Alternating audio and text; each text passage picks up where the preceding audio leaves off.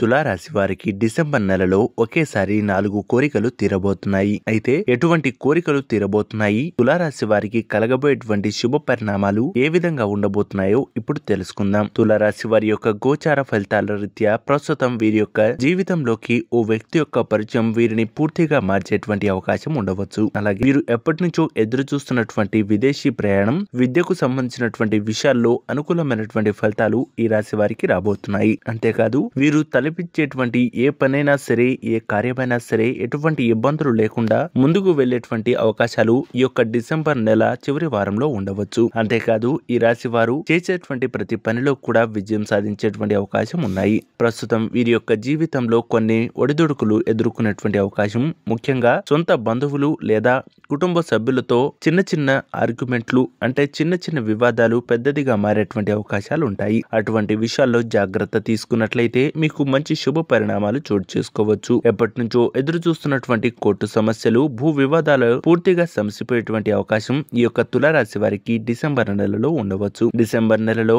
వీరికి ఒకేసారి 4 అదృష్ట ఫలితాలు ఉండేటువంటి అవకాశాలు ఉన్నాయి.